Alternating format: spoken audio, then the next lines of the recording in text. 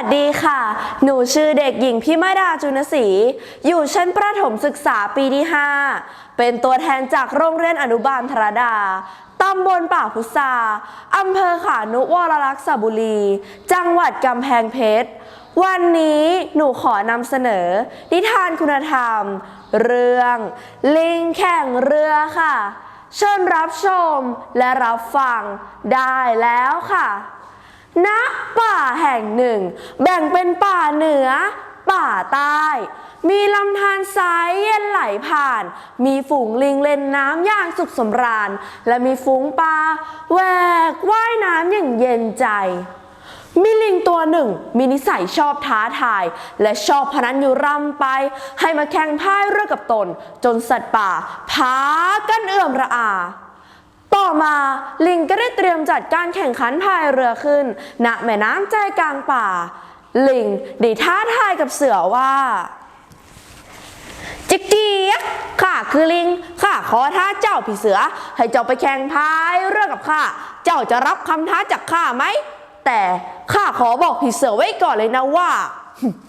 ณป่าแห่งนี้ยังไม่มีใครสู้ข้าได้เลยเจ้าจะรับคำท้าจากข้าไหมจิกเจี๊ยกพอเสือรู้ข่าวโดนรับคำท้าเสือก็รีบตอบกลับทันที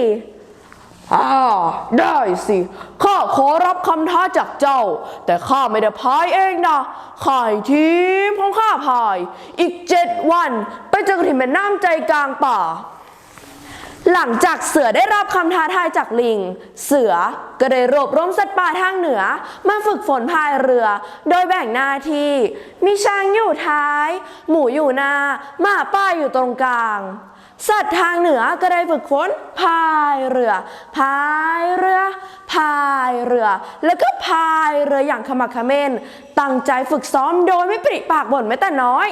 แต่ฝ่ายลิงนั้นกลับคิดว่าเป็นเรื่องน่าขันนักสัตว์ตัวอื่นซ้อมแต่ตนไม่ซ้อมลิงได้ตะโกนบอกกับสัตว์ป่าทางเหนือว่าจิกเจี๊ยกพวกเจ้านะทำอะไรกันช่างไร้สาระยิ่งนักอย่างพวกข้าไม่เห็นจำเป็นจะต้องซ้อมอะไรเลยเพราะฝีมือการพายเรือของสมุนข้าเป็นที่เรื่องลือเรื่องชื่อไปไกลนู่นนะแต่ความจริงแล้วพวกลิงกับไม่ซ้อมวันๆก็เอาแต่ทะเลาะต่อยตีสร้างปัญหากันทุกวันไม่หยุดไม่หย่อนแม้ลิงจะรู้ที่อยู่แก่ใจว่าลูกสมุนของตนไม่มีความพยายามในการที่จะฝึกฝนแม้แต่น้อยเพราะสัตว์ป่าทางใต้ได้รู้ข่าวพวกลิงจะไปแข่งพายเรือกับสัตว์ป่าทางเหนือก็เกิดความวิตกกังวลเพราะพวกลิงนั้นไม่ได้ซ้อมพายเรือกันแม้แต่น้อยสัตว์ป่าทางใต้ก็เลยรวบรวมความกล้าไปบอกกับลิงโดยมีเจ้ากระต่ายเป็นอาสาสมัครไปบอกกับลิงว่าพี่ลิงพวกเราปรึกษาหารือกันแล้วว่าพวกพี่ควรจะฝึกซ้อมพายเรือเสียบ้างถ้าพวกพี่ไม่ฝึกซ้อมพายเรือกันเลยจะเกิดผลเสียต่อพวกพี่อย่างมหาศาลลิงพอได้ฟังก็เกิดความโมโหได้ตอบกลับไปว่าจิกเจี๊ยกพวกเจ้านะมันคิดช้าไม่คิดจะหวังดีกับข้าจริงๆหรอกท้ายที่สุดแล้วลิงก็ได้ทำตามความคิดของตนโดยที่ไม่ยอมฟังเหตุผลใดๆจากเหล่าสรรพสัตว์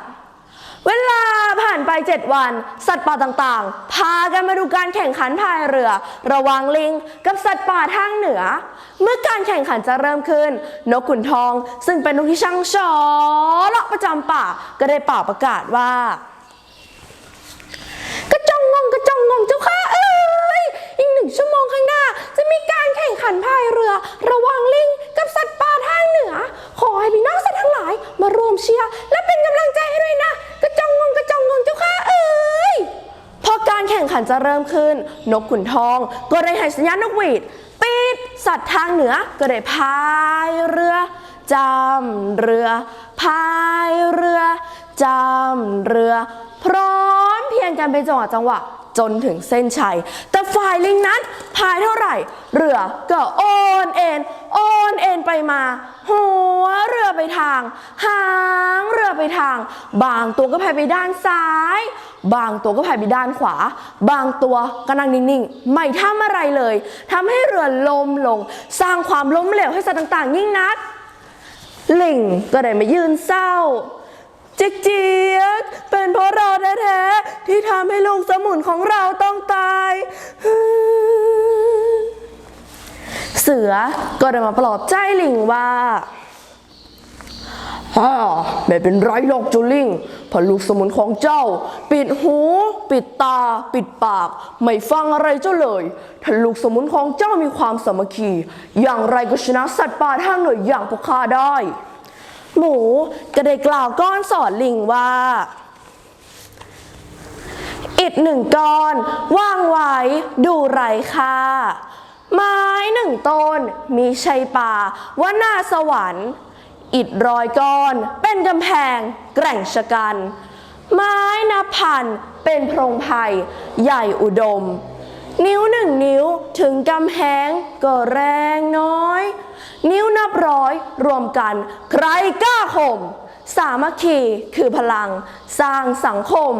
โลกรื่นรมเพราะรู้รักสามัคคีเจ้าจงนำคำสอนของข้าและพี่เสือไปปรับใช้ในทีมของเจ้าข้าคิดว่าทีมของเจ้าจะต้องเกิดความสามัคคีอย่างแน่นอนลิงก็ได้นำคำของเสือกับหมูไปนั่งคิดนอนคิดเดินคิดตีลังกาก็ยังคิดแมนปีนป่ายก็ยังคิดถึงการกระทำของตนที่ได้ทำกับเหล่าสัตว์ต่างๆนั้นช่างเป็นที่น่ารังเกียจยิ่งนักแต่เหล่าสัตว์ต่างๆก็ยังให้อภัยตนและคอยชี้แนะแนวทางในการดำเนินชีวิตให้กับเราอีกด้วยเมื่อลิงคิดได้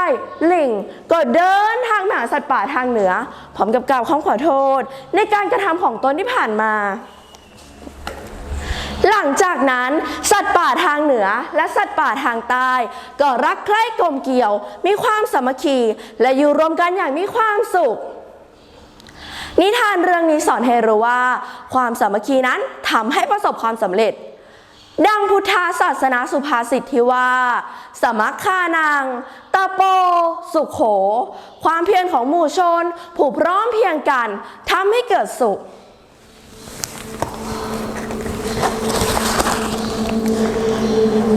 ดังพระบรมราโชวาทของในหลวงรัชกาลที่ 9 ความว่า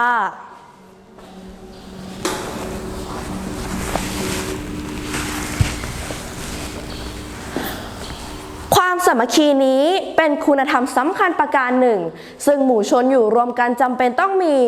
งถนอมรักษาและต้องนำมาใช้อยู่อย่างสม่ำเสมอ